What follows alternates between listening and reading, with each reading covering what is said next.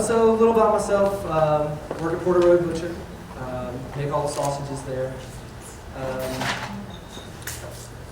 Porter Road, we're a full animal butcher shop. Everything we get is local. Local pigs, cows, chickens. We support local small family farms. We bring everything in, make our own bacon, our own sausages, our own deli meats. We dabble a little in charcuterie. This is a little fun part about us. If you haven't been by, you guys should come check us out. Where is it? We have two locations. One in East Nashville on 501 Gallatin Avenue. And we just opened our second location over in West Side on Charlotte Avenue, 4816. So it's in between 48th and 51st. It's an old Mrs. Winters building. Across from the Richland Library. And the park where the West Nashville Farmers Market is. Yeah. So you guys can all come by and check it out. Enough about me. German sausages are worst. German sausages, there's thousands and hundreds and thousands of different ways of making sausage. They differentiate across the board through Germany, different from region to region, and even differently locally within the cities. That varies from the coarseness of the grind of the meat, the amount of fat in the meat, the seasonings, the length, the width, how it's cooked. There's many variations that you can play with and make different sausages. Throughout Germany, there's all the different ways to be playing with those sausages. What makes them different is just the tweaks and turns of how much ginger, how much salt, how much fat. So you can completely play with it across the board. Good way to compare that is barbecue here in the South. Everyone knows barbecue.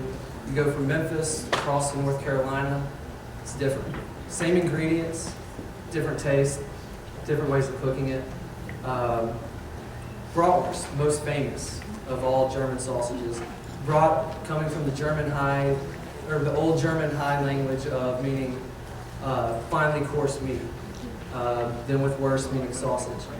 Now kind of more commonly related to the word braten in German, which means pan roasted, which is the main way of cooking bratwurst. So with brats, there's eggs, cream, ginger, nutmeg, salt, white pepper, all blended together to come up with my favorite sausage, paired amazing with beer.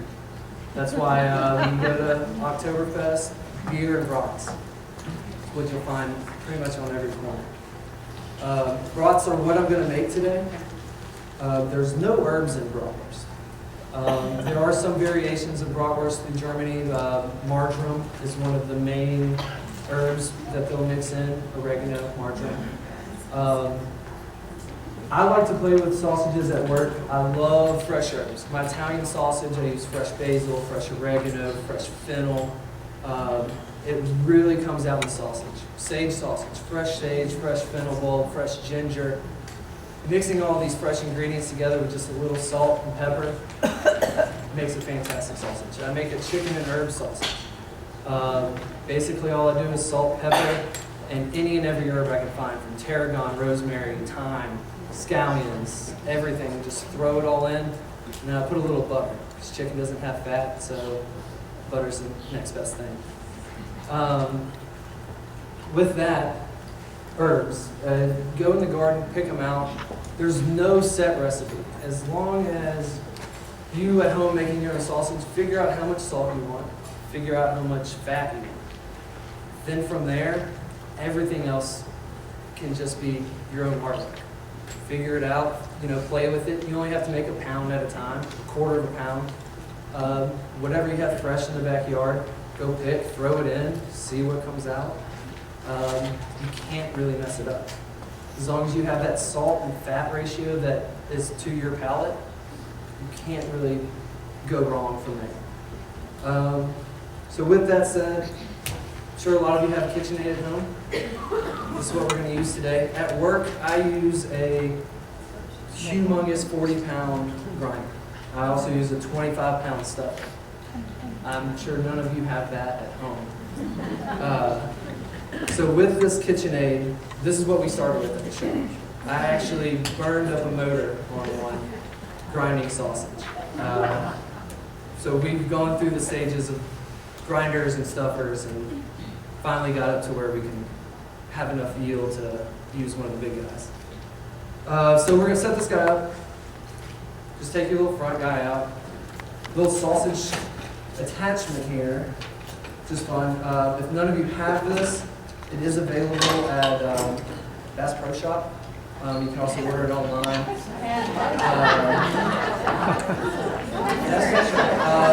So the reason they have these at Bass Pro Shop, deer hunters. 'Tis the season. When a lot of these deer hunters will harvest the deer, they'll get the back strap, maybe a roast. Everything else typically just gets ground up into sausage. So they'll come in and they'll get pork fat from us. Deer being very lean, sausage not being lean. They add pork fat in, help flavor it, thicken it up, and to work the emulsification. So I'll talk about emulsification in a little bit. So KitchenAid grinder, it's very easy to set up. This little guy, small end into the big one. The little corkscrew easily just fastens right in. And then our stuffer. Oh wait, the grinder. We're gonna grind first. There are different sizes of dies, which I call them.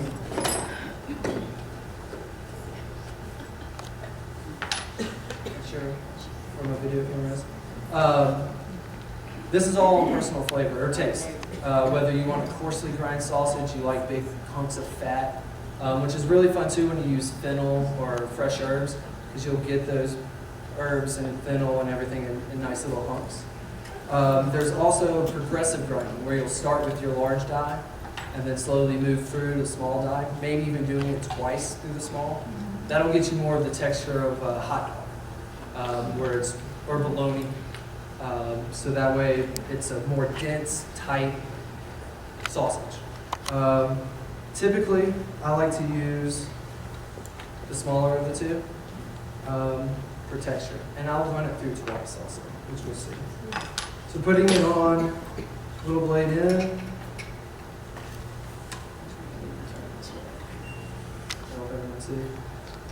This fits right into the little grooves here. And then you just screw it on. Very easy. And so now we're on to meat. You can go to your local butcher shop. There's a couple in town. And what I typically do is just ask for pork butt. You can get the pork butt. If you have a knife and cutting board at home, something fun to do, you can just cut it up yourself. You pull out any bones.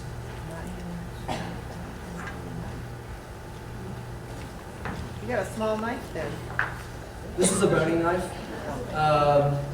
Didn't want to travel with the big guy today. Not doing too much work. We're cutting small pieces. You can see in the grinder, the hole is maybe an inch in diameter. So when you want to dice up your pork, with the pork butt, there's not a lot of intermuscular fat, so you can really just dice the whole thing. There's nothing you really need to pull out of it, except for the bone. So, we pull out our meat, and you want to get it into pieces small enough to fit into your grinder. With the KitchenAid, I like to do about 1/2-inch cubes. That way it moves through the stuffer a lot easier, more fun. If that makes sense. So you just want to cube this guy up, really fine. With there not being any muscular fat, it goes really easily. You can just cut the whole thing. Pork butt normally has the right ratio of fat to meat. That's perfect for sausage. Typically I like to run 20-80. Some sausages, kielbasa, I like to put a lot more fat in, just because of being gluttonous, I guess. And kielbasa is garlic, oregano, salt, pepper. Lots and lots and lots and lots of garlic, lots and lots of oregano, salt, pepper. It's one of my favorites on the grill. Great appetizer. And it's fun too. At work, we have a little garden in the back where I have basil, oregano growing, and sage. I make about 60 pounds of sage sausage a week for our little coffee shop next door to us. They sell our breakfast sandwiches there. And one of the fun things is being able to dip out back. Oh, I've got to go pick some herbs real quick, guys. I'll see you guys in 20 minutes or so. Go spend the afternoon in the backyard for a little bit, especially on days like a couple weeks ago. I just wanted to be outside the whole time. So we're just cubing all this up.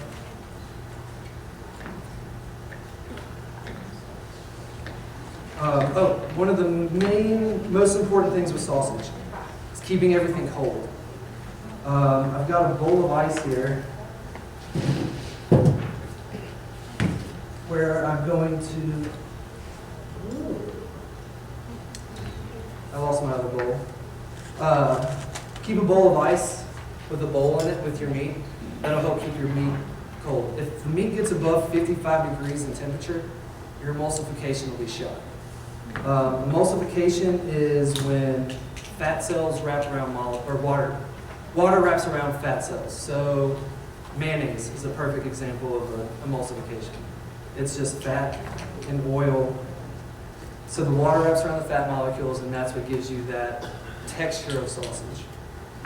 So once this is all done, It doesn't mean it's going to spoil when it gets warm. not that it's going to be bad. It's that the texture of your sausage is going to be more like hamburger. Hamburger kind of is crumbly. Sausage you kind of want to be able to slice and have a flat surface once it's sliced. Once it gets above 55 degrees, then you do have a short amount of time to cook it. You don't really want to cool it back down after that either. So, once this is, I'm actually going to sheet. So typically I would have a bowl of ice, another bowl sitting in that ice, keeping the meat cold. We're going to cheat a little bit, a few more cuts here. Can you tell me again the kielbasa recipe? Garlic, oregano, salt, and pepper. Typically for sausage, I do everything in grams. I have a kitchen, thank you, Matt. So I would have a bowl of ice, another bowl sitting on top of it, just icing the meat from underneath. Grams. So I do everything in grams. Typically when I do a 20-pound batch of sausage, I do 160 grams of sausage, or of salt. So that's roughly 80 grams of salt for a pound of meat. So we'll get our meat in a bowl. I've got my seasonings already pre-weighed out here for bratwurst. And what we're going to do is lightly season it.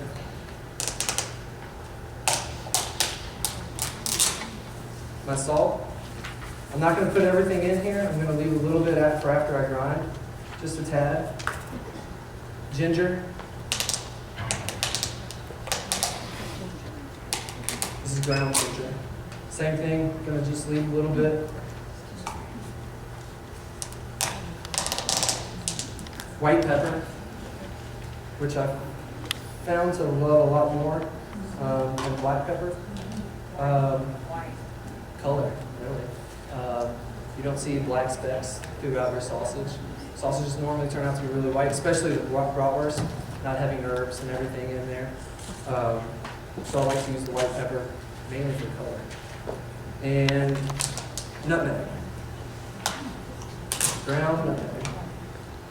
Like I said, I'm leaving a little bit, just a tad for the end.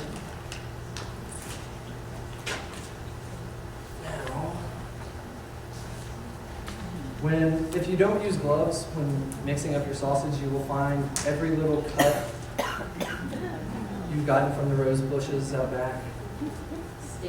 You'll find them. So, What makes them stink? the salt. Getting all the salt into the cuts. Yes, ma'am. What kind of salt do you use? Kosher? Kosher. Coarse coarse kosher salt. So we just give this a good mix, a good blend. Once I have this blended, I like to throw it back into the cooler at work, at home, your fridge, freezer if needed, to just keep it cold. While I'm doing that, I pull my hog casings. These hog casings are natural. They are also available at Bass Pro Shop. You can buy them at our butcher shop as well. We have smaller packages at work that you can purchase from us. These come in packed in salt also. So I've already pre-rinsed these to save time, magic of television. So what you do is you take these out, soak them in water for about an hour at room temperature.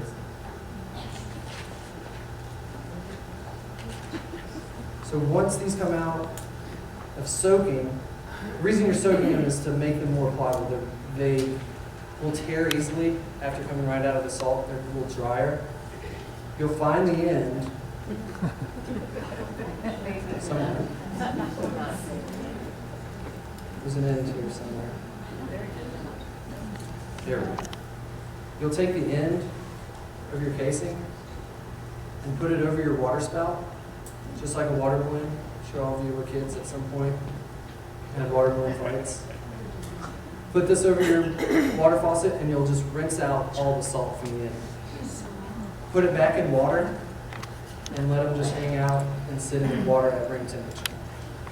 So those will be set aside. We'll go grab our meat again, bring it over, and quick trick of the trade. KitchenAid's about 7-8 inches off the table. So I like to get my lug here and a sheet tray. At home you can use a milk crate, box, whatever you have handy, just to set up so that way you grind right back into your bowl. So, we get our meat. This is the easy part, the grinding.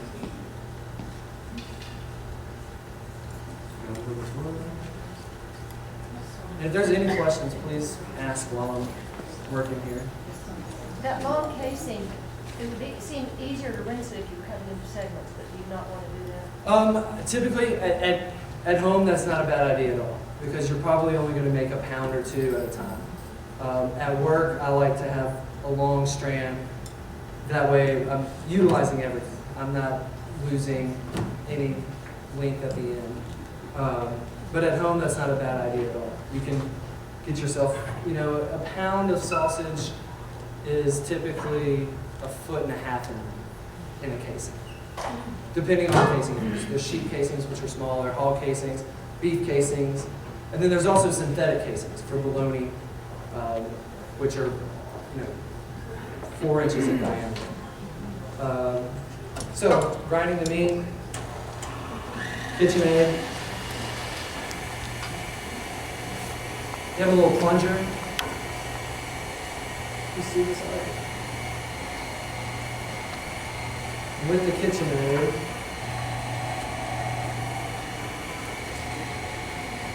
see if you can see it coming out. You can see why I don't use this at work anymore. It does take a little time, little pressure. That's why having nice small cubes is perfect. You don't have to get a pork butt and cut it up yourself. You guys come to us and tell us you're making sausage at home and that you need some pork. Just let us know you're putting it through a KitchenAid, and we'll easily dice it up into little 1/2-inch pieces. What if you do it on a hand grinder? Hand grinder? You just want it to be the size of the hole that it goes into. So with the hand grinder, you're looking at maybe 1 inch. Probably easier if it's really small. It will go through easier if it's small. But as long as it gets in and can get into the corkscrew, it's going to make its way through. So we just do this until it's done. Just pushing it through. Do you know if you can provide It would not get you the same texture. This is going to give you, as you can see, it comes out ground beef like. I'm not sure if you're going to see it in there. So we'll push it through. And like I said, I like to grind my sausage twice. It's going to help with my emulsification, and it will save me a little time at the end. Oops. So we'll just run this through. Luckily, with the magic of television, we don't have to do all of this.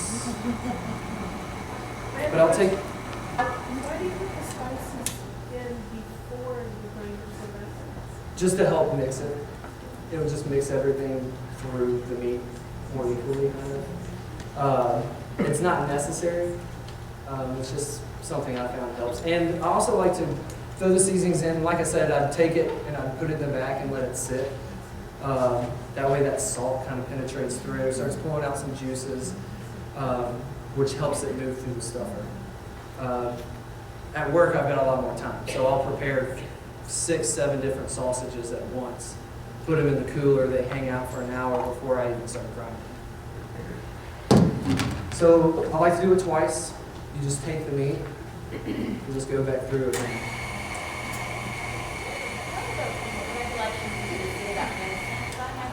I'm sorry? What are the regulations about selling venison? Because actually, my sister-in-law gave us some to Mississippi in the process and had jalapenos and cheese with awesome, but I don't, is that, can you buy? You cannot buy wild game retail in the state of Tennessee. You can harvest the deer yourself. There are processing facilities that you can take it to where they'll process it, package it, and then make a sausage for you. But they're not selling you that sausage, they're just selling you the service, the trade of making it for you. You might have to find some venison on, like Craigslist or something. You can, there are people that, have freezers full of deer, which I don't necessarily agree with. I don't think you should take more than you can eat yourself. But there are farm-raised deer as well. If a deer is farm-raised and sent through a USDA-inspected kitchen or slaughterhouse, it is for sale retail. But those deer are also being fed corn. It doesn't taste the same as your wild venison. And those can't be served, the wild ones, they can't be served in restaurants. Not in the state of Tennessee. I Not know in like Montana or. Montana, Colorado, Utah, even Arkansas. You get a lot of wild boar at restaurants in Arkansas. But the state of Tennessee does not allow it, unfortunately. Yes, sir. Where do you get your carcasses? So our pork comes from Etheridge, Tennessee. We have an Amish gentleman we helped start a farm with. He raises all his hogs strictly for our butcher shop's needs. They then take it to Chapel Hill to a meat processing facility called Cherry Meats. It's taken there, they incinerate, hang it, and then we pick it up from there, bring it into our shop in the full form. Pigs we have cut in half, cows we have cut in 6 pieces, mainly just so that we can carry them into the shop. But a 900-pound cow would be difficult even for myself. Repeat the name of the processing plant. Cherry Meats Cherry Meat in Chapel Hill. Can you repeat the question? Oh, the question was where our carcasses come from. So where we're getting our meat. And we use, so pork, like I said, David Byler. It's really great. He has no phone, he has no internet, no electricity. So when we have to talk to him, we either write a letter, the old-fashioned way, wait 2 weeks for a response, or we have to drive down to Etheridge and surprise him on the farm. And then he surprises us too. Sometimes they're allowed to take a shuttle service, and he'll come up to the shop and come and hang out with us and look shell-shocked. And out of respect, we turn the TV off, we'll turn the radio off, try not to use the phone in front of him. And then beef, we use 4 different farmers. Bear Creek being the most popular. They're served in a lot of restaurants in town now. And they actually own Cherry Meat Processing. Bill and Leanne Cherry, they're doing great for themselves. And then we use Sequatchie Cove, just over Mont Eagle. We also use KLD, which is in Ashland City, and we use Tennessee Grassfed, my absolute favorite. Tennessee Grassfed in Adams, Tennessee. Phil Baggett, the farmer there, he does 100% grass-fed cows. The first hour we were on the farm, he did not mention a cow. All he talked about was his grass. He was proud of his grass sow. He has fescue here and Bermuda here, and he rotates his cows throughout the pasture. So he considers himself a grass farmer. And his product is one of the most consistent grass-fed products I've ever seen. Consistency with grass-fed cows are difficult through the seasons. Winter or fall and spring, the grass is all seeded.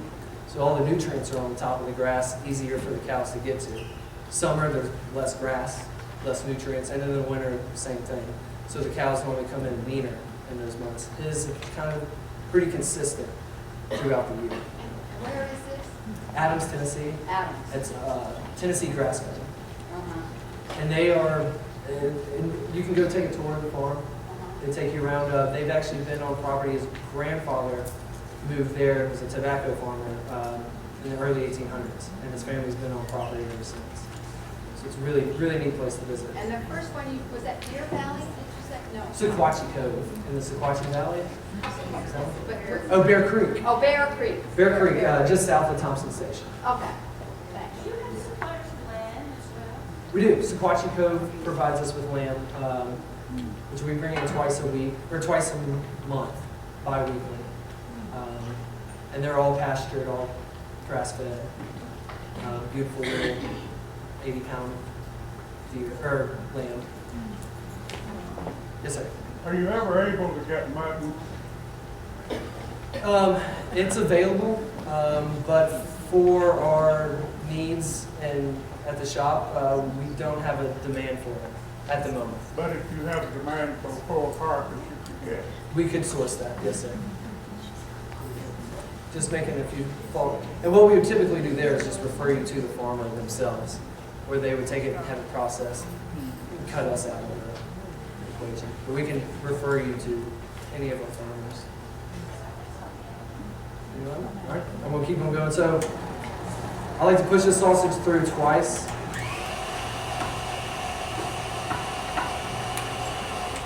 And I want to show you the difference. Might be hard to see in that video.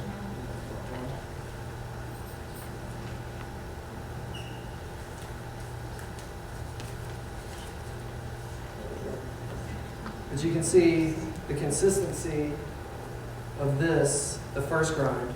It's kind of coarser. The meat and fat's not really that well mixed or blended. And then after it's run through twice, it's kind of becoming more of one texture, one patty. So that's why I run it through twice. I'll move these out of the way. And I have some I've already ground.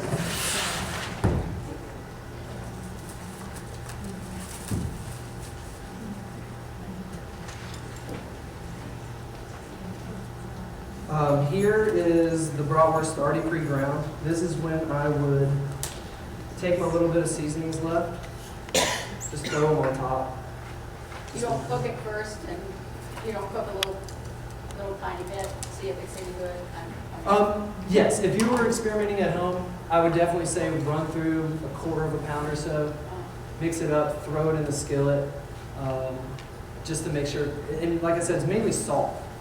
As long as you get your salt to meat ratio the way that your palate prefers, you can't really go wrong from there.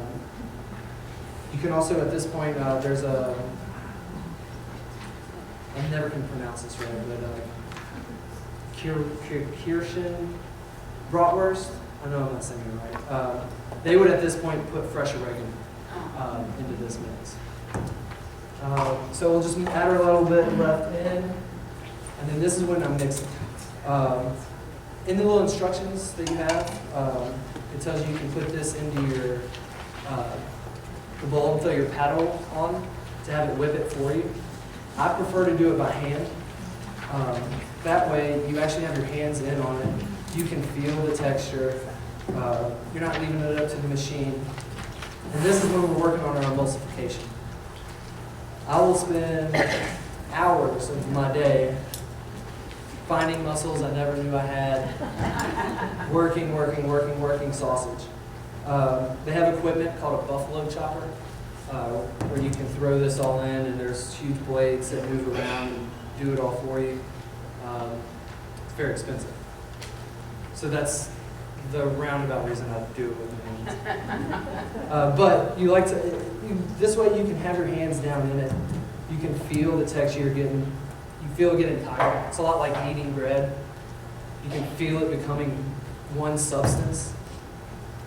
And one of my tests to see if I have the right consistency I'm looking for is I pick up a block, and if it doesn't want to fall off, you're getting there.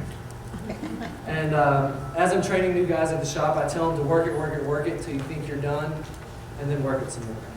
Just keep going. You can't overdo this.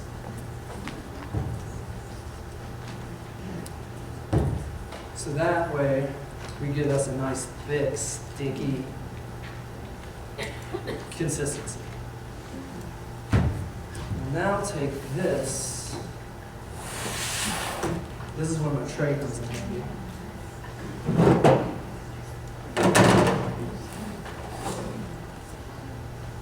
And all we have to do to convert over to start stuffing, move the front, move your die, remove your blade, leave the screw in,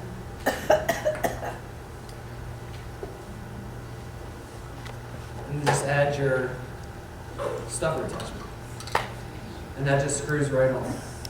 Now, of the 3 recipes you've shown, only one has like cream and egg. Oh. What does that do for it?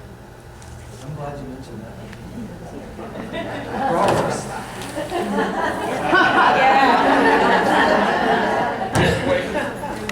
Cream and eggs. We have the same problem, yeah. Cream and eggs. Cream and eggs, this is what they also help as a binder. Any liquid you're going to add to your sausage typically is done after grinding. That's for use as a binder to help with the emulsification. Also, liquids are also added: ice water, beer, wine. One for flavor, not the water, but the wine or beer. And 2 to help move through your stuffing. So if you don't have a liquid, but you're having an emulsification process occur, it's the water that's coming out of the main meat? Yeah, so if you're not adding liquid, having fresh meat, it's going to be that liquid from the meat itself. The salt's going to pull out those moistures. So this would not have been bratwurst without my eggs and cream.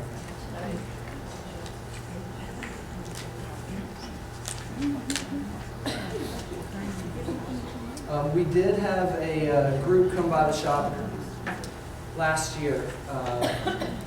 They were, I can't remember the group they were with, but it was homeless families, and they came in, and I was showing the kids how to make bratwurst, and I was very upset that the kids did not know how to crack an egg. I asked them if they wanted to all crack an egg, and they had never done it.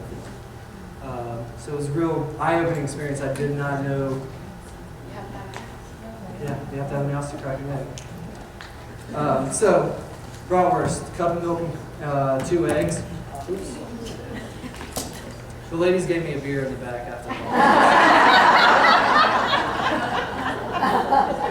So I'm just eyeballing a cup here.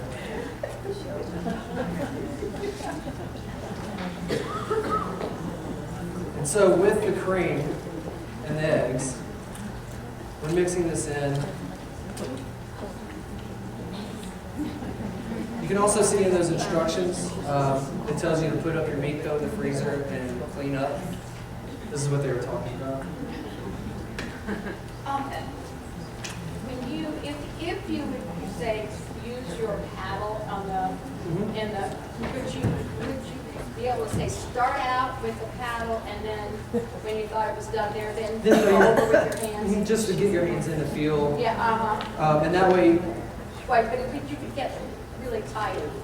You can get very tight. Yeah. I was thinking maybe we'll do a little bit with the blade, you know. Definitely throw it in, let it whip up. Why I say get your hands on it, that way if you're going to do it more than once, this way you kind of are building your skills on knowing when it's ready. You know, so it's just like being in the kitchen and smelling something. You know it's done just by smelling it. So, mixing this up, we're getting it until you can't see any more liquid in the bowl. Can I ask a question? Yes, ma'am. So, do you distribute your sausage in any local market, like say your butcher shop? No, ma'am, just at our butcher shop. We do have a few restaurants that sell our sausage. Germantown Cafe, the Barista Parlor in East Nashville, a few food trucks as well. Any questions? So, mixing this up, again, we're going to get it back to where we have that texture, where it doesn't want to break.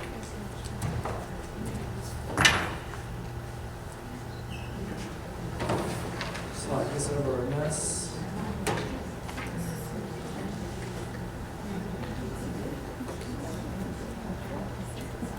Here's where our casings come in.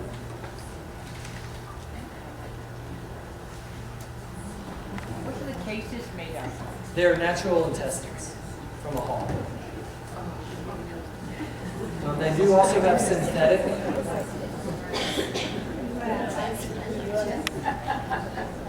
If you're having trouble finding the end, they break. You can just tear it. The Boudin sausage they make in Louisiana. Boudin, yes, ma'am. Is it just a matter of what you incorporate into the meat? Yes, so Boudin is typically liver. So my Boudin recipe that I have, I start off with my liver, I start off with onions, peppers, and celery, the Cajun Trinity. I start off with those in a large skillet, let those come to color. Then I add my liver, let those brown and sear off. Then I add my pork, let that brown and sear off. Then in that same pot, I then add Worcestershire sauce, hot sauce, gumbo filet, and then all my spices that I'm going to use. Let that braise and boil till all the meat's cooked. Separate the meat, put it aside and cool it because you want your meat to be very cold. And then in that same liquid, I add rice and let that rice cook and soak up all of that moisture. Then you recombine the two and stuff it.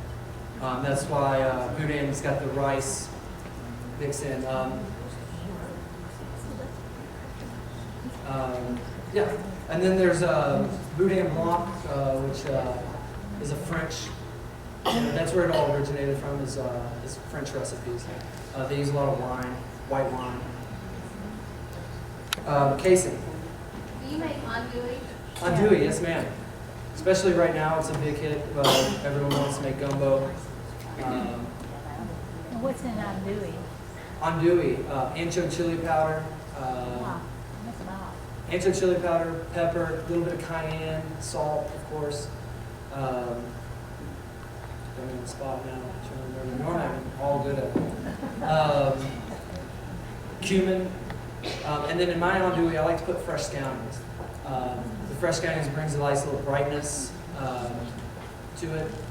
And on the andouille also is typically ground more coarsely so that you have larger chunks of meat and fat distributed throughout. The chicken andouille? I do. Chicken andouille, chicken chorizo, chicken and herb. So here with the sausage attachment, we're just pushing the casing all the way on. I'm going to cut it off here. What you want to do is you want to leave an inch or so, a couple inches at the end. This way you can tie a knot. You don't want to tie a knot first because once we start pushing meat through, this is going to fill with air. Air's not your friend on the sausages, especially if you were doing charcuterie and we were planning on dry curing and hanging these. air will have space for bacteria to form. So we'll slide this on. Yes, around 62 degrees, and humidity is a big factor as well. Yes, sir. If you're just doing a pound for yourself, do you need to do it? You do not have to, no sir. If you were just making yourself a breakfast sausage, my breakfast sausage includes sage, fresh fennel, sorry, not fresh fennel, fennel seed, sage, garlic, a little bit of crushed red pepper. I like to put brown sugar in there. You can just run it through your KitchenAid and have this as a loose patty, and that way you can patty it up, put it on a biscuit, hopefully use pork fat in your biscuits. So you do not ever have, you don't always have to use a stuffer. The stuffer is just if you're wanting to make links for that purpose. If you want to throw it on a bun, bratwurst. Italian sausage I really love on a bun too. A lot of people use it in their spaghetti. I love it on a bun with caramelized onions and peppers. But you do not have to. So, here is when grab a handful, we'll just fill our little tray up here. I like to use the high speed. At home when you first start, you might want to start at the low speed, slowly work it up until you get pretty good at it. But you're just moving it down, and you'll see there's going to be air that comes out first.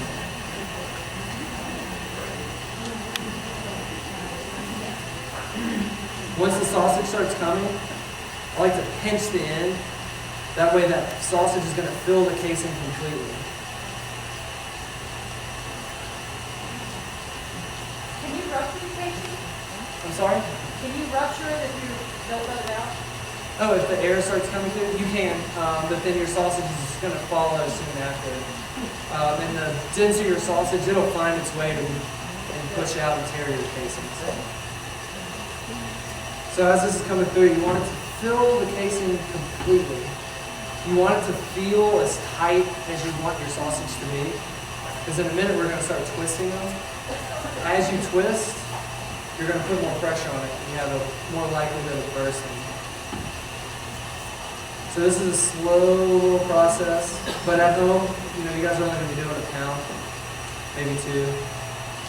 We're just filling this up, keeping my hand underneath the tube. That way I'm allowing the casing to move as I want. So it's filling up, filling up, filling up. Once it starts getting tight, I'll release a little bit, let a little more casing in it.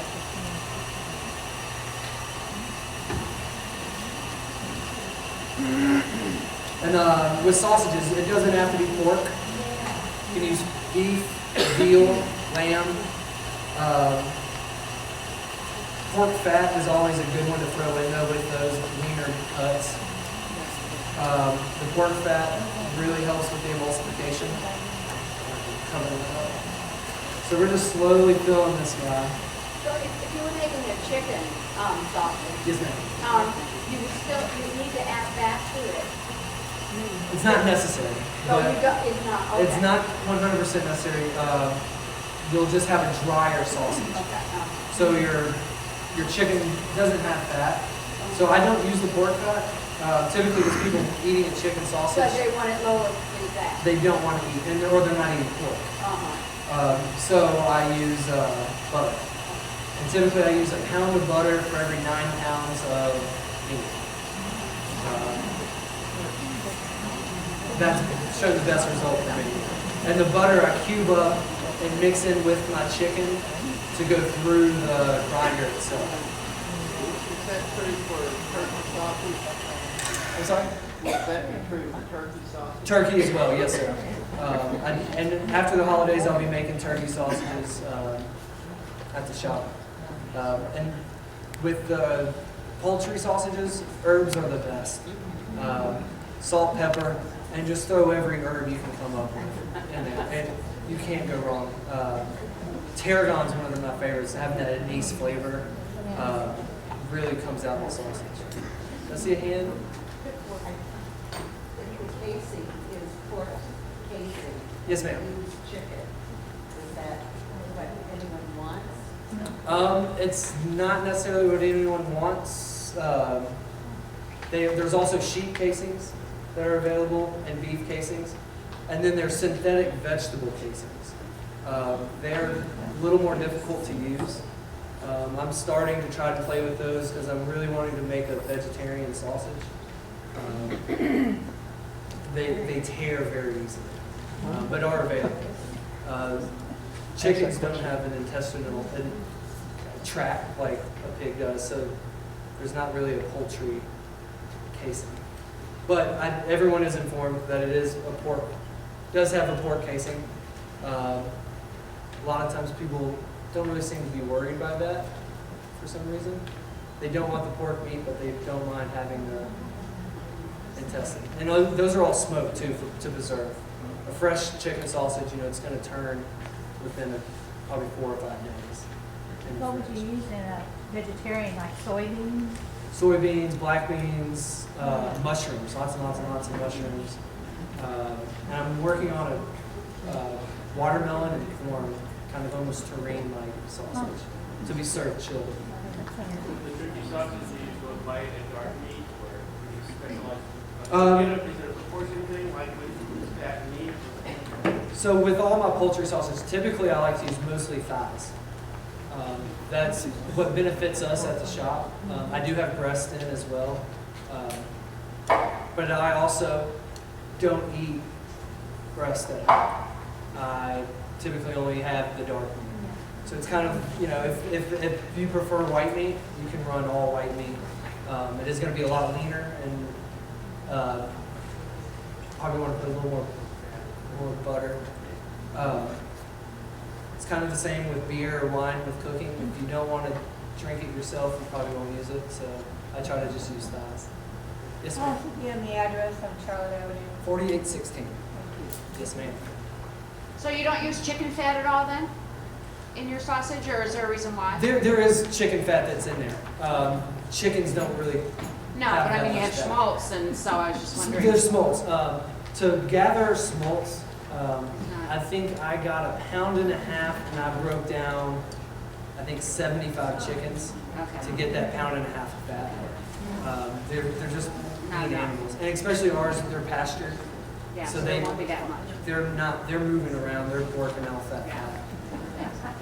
Yes, ma'am. Oils don't really blend through with sausage.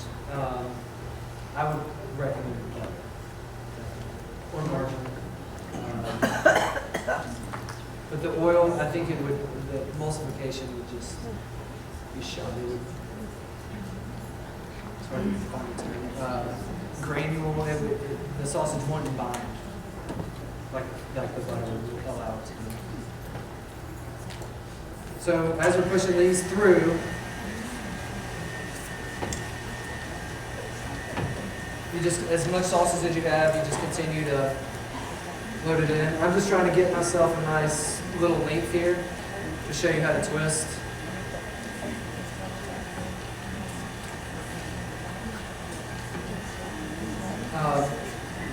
Any recipes that you want to find online,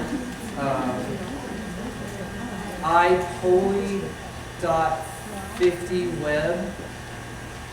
I'm saying that right? Did you say iPoli? IPOLI. .50web is a source I use a lot, mainly just for inspiration. It has lists of recipes. So that's your website? That's not my website, no, ma'am. That's just a source I like to use for inspiration for sausages. You can take any of these recipes, any recipe you find anywhere in the charcuterie book by Brian Paulson, any of these recipes can be tweaked and turned to fit any palate. You can, or to fit what you have available. Like I said again, the salt is the main ingredient that you have to kind of have balanced right. And again, that's different for every palate. Yes, ma'am. I'm sorry. Have you worked with seafood sausages at all? I have not. We don't have seafood in the shop. I'm also not a big seafood eater myself. I have a fear of eating seafood if I don't see the body of water it came from. It's just my own personal weirdness, I guess. But no, I have not. My start with sausage all came from deer hunting. Our grandfather and I harvested deer and hand grind it, hand stuff it. So that's where I got my first touch on sausage. Where'd you grow up? Memphis. Memphis? Yes, ma'am. I'm a West Tennessee boy. I thought maybe South Louisiana. I hadn't heard about Boudin in a long time. Oh, yes. I'm still very familiar with the boudin. We traveled down to New Orleans a lot from Memphis. So we're going to keep moving this through. Like I said, have time to hang out at home. This is also a fun group activity to have friends do. Depending on your crowd, there's lots of great jokes that can be said.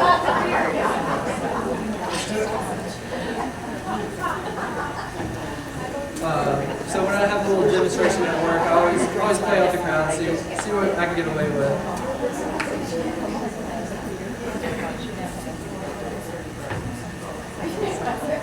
So I'm going to get this last little bit stuffed in, and we're going to start stuffing.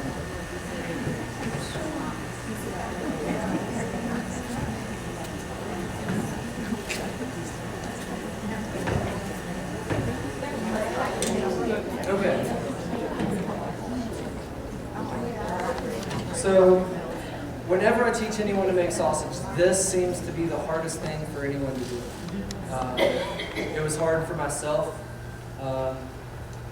I can't really put my finger on why, but tying the knot at the end seems to show to be very difficult. My trick is I wrap my finger around and I touch these two together, and then that way I just slide it over to this side and my knot's formed. You want to pull that knot down as close to the end of your sausage as possible. See that? That's weird. So, making our twist. The way I've found to be the most efficient. Have you knotted both ends? No, I've just knotted the one end. Just not. Because as we move through, the sausage is going to move around. Yeah, okay, yeah. And then the end, that way we can get that last sausage to be tied. So what I do is, what helps at home, I get a little piece of masking tape, or I get at work, lay it out, and that will show me my length, so that way I can have a consistent length at work. At home, it's not really that important. I don't think your friends are going to criticize you on having one sausage this big and then so what I do is I find my length I'm looking for, and I pinch it off. I find the second one and pinch it off as well. And then we just twist. You want to just spin it around. That forms your sausage. So you're doing two at once. You do it again, you find it, and you find it, and just twist away. And you go in the same direction every time. If you're doing them one at a time, which I'm going to kind of go twist to show you, you can grab and you'll twist one way, then your next has to go an opposite way.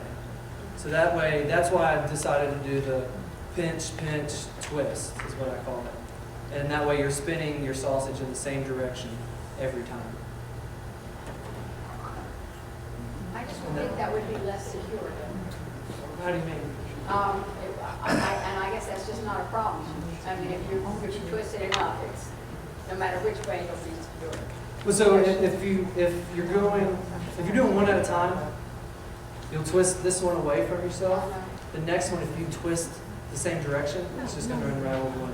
Okay, yeah. So that's why. Okay, gotcha. So that's why I skip one and just keep them all going the same way. Once this is done, I forgot to bring it. I have a little poker at work.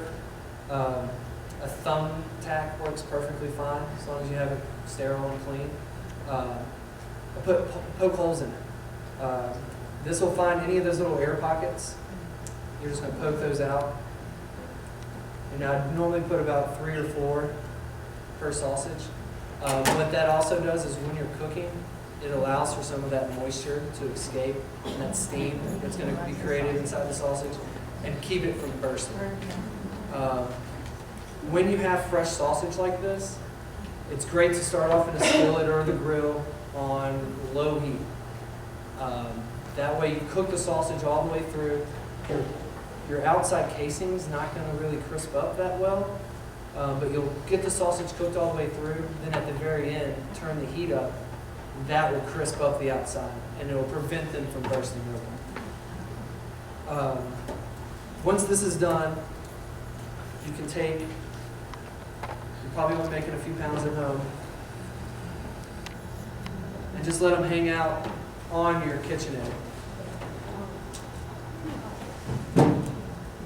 Let them hang out here while you clean up all your mess, all your milk or cream that you spilled on yourself. Why are you doing that? This is allowing it to set up. That casing is going to start retracting and getting tighter. You only want to let it sit out at room temperature for maybe 30 to 45 minutes. It's also letting all this moisture drain off of the sausage. Then I like to take it, put it on a sheet tray with parchment paper, throw it in the fridge, and you have sausage for the next week. But it's also fun. I mean, if you guys are really interested in doing it, go nuts. Play with it at home. Do it for 2 or 3 meals. Make yourself breakfast sausage. Make yourself another sausage for casserole. Yeah, really have fun with it. And there's no wrong way to do it. As long, like I said, salt and fat. Find out how much fat you want in your sausage. Find out how much salt you want in your sausage, and from there you can go nuts. Is there any other questions? Yes, ma'am. Can you freeze them and how long do they last? You can freeze them. I typically don't like to freeze any meat. When you freeze meat, any water molecule in that meat will turn to a shard and slowly cut your meat, which then compromises your texture. If you're using fresh pork that you pick up at your local butcher shop that was probably slaughtered that week, you make sausage, you can take them home, put them in the fridge. You can, a week to 2. You will be able to start seeing and feel a film form on the outside, and it'll start getting tacky. And it will form an aroma to it that isn't pleasing. If it doesn't smell good, it's gone. But you can freeze them. Well, like when people are making venison sausage, and there's so much, certainly they can probably freeze that. Definitely. And that's what with the venison, people typically go and they get their backstrap or tenderloin. They'll eat that immediately fresh, and everything else typically just gets thrown in the freezer. And do you still put it in the refrigerator first for a while before you freeze it, or you don't? No, well, you can let them dry here, and then package them and throw them straight in the freezer. If you're making bulk and you want to keep it for a couple weeks or a month. We're going to have to cut it off. We're getting close to time. Is it a quick question? We just would like to ask you something. You said the ITOLI, what your inspiration is. IPOLI.50 web. It's the weirdest name of a website I've ever seen. Yes, ma'am. IPOLI.50 web. That's spelled out. Yes, ma'am. At? 50. Sorry, the number 50 WEB. There's no at? No, ma'am. That's email. That's email, Molly. Thank you. Okay, we're going to have to move along. I wanted to say thank you so much to Chris. Oh, thank